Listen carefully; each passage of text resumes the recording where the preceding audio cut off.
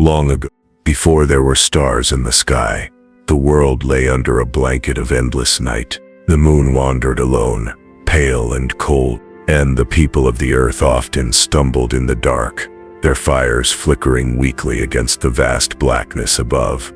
The Cherokee people spoke of this time as the age before light, when the heavens were still empty, waiting for a story to be written across them.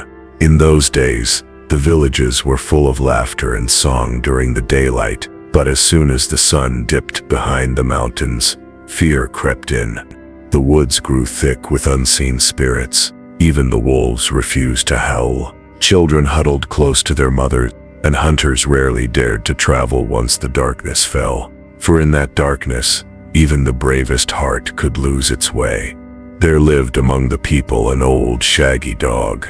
He was not much to look at.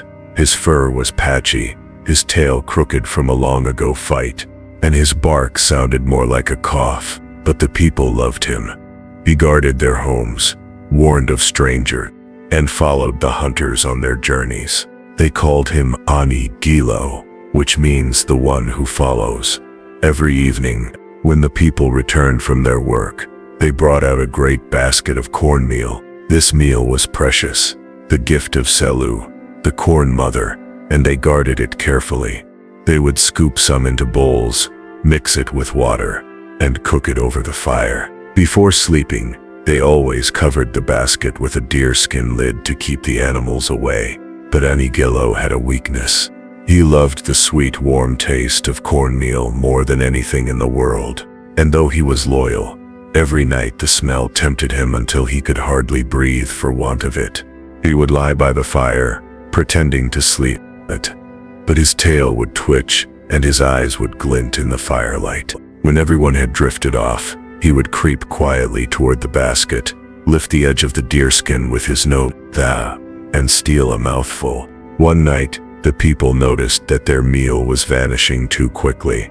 They thought perhaps mice had found their way into the basket, so they watched. The next night, when Anigilo crept close, one of the women woke and gasped. "You thief," she cried.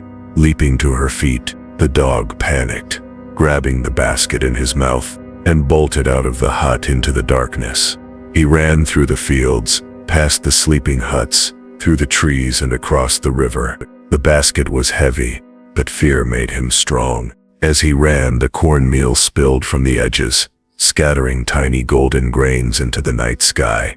He did not notice. Behind him, the trail shimmered, a soft dust of light rising higher and higher, floating above the earth. The Great Spirit, who had been watching from the heavens, saw the glowing trail and paused. For the first time since the beginning, there was beauty in the night. "Look," said the Spirit, "the dog runs, and the darkness follows him no more." The Spirit lifted a hand, and each grain of meal began to shine brighter, turning into tiny fires that burned without smoke or heat. These became the stars, countless, delicate, eternal. Still the dog kept running, terrified and ashamed. He crossed valleys and hills until his legs trembled and his breath came in harsh gasps.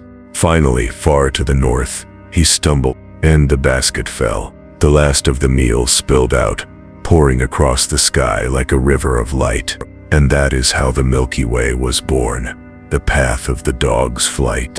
The people awoke the next morning and saw something they had never seen before. Tiny lights sparkled above them, twinkling like fireflies trapped in a great blanket of darkness. The children pointed and laughed. The elders whispered that perhaps the Great Spirit had blessed them.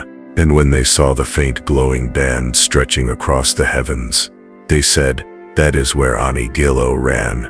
That is his path among the stars." When night came again, the people found they were no longer afraid. The stars gave them comfort. Hunters could find their way home. Travelers could cross mountains without losing direction.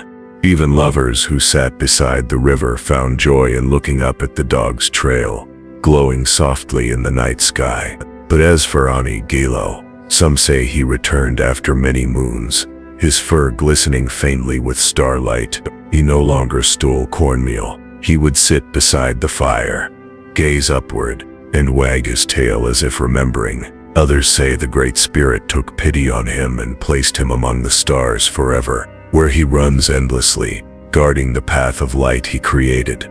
Even today, when the Cherokee look up at the Milky Way, they see more than stars. They see the story of a dog who made a mistake, and yet gave the world its beauty. They see the trail of light that guides them home, and they remember that sometimes, even our missteps can fill the sky with wonder.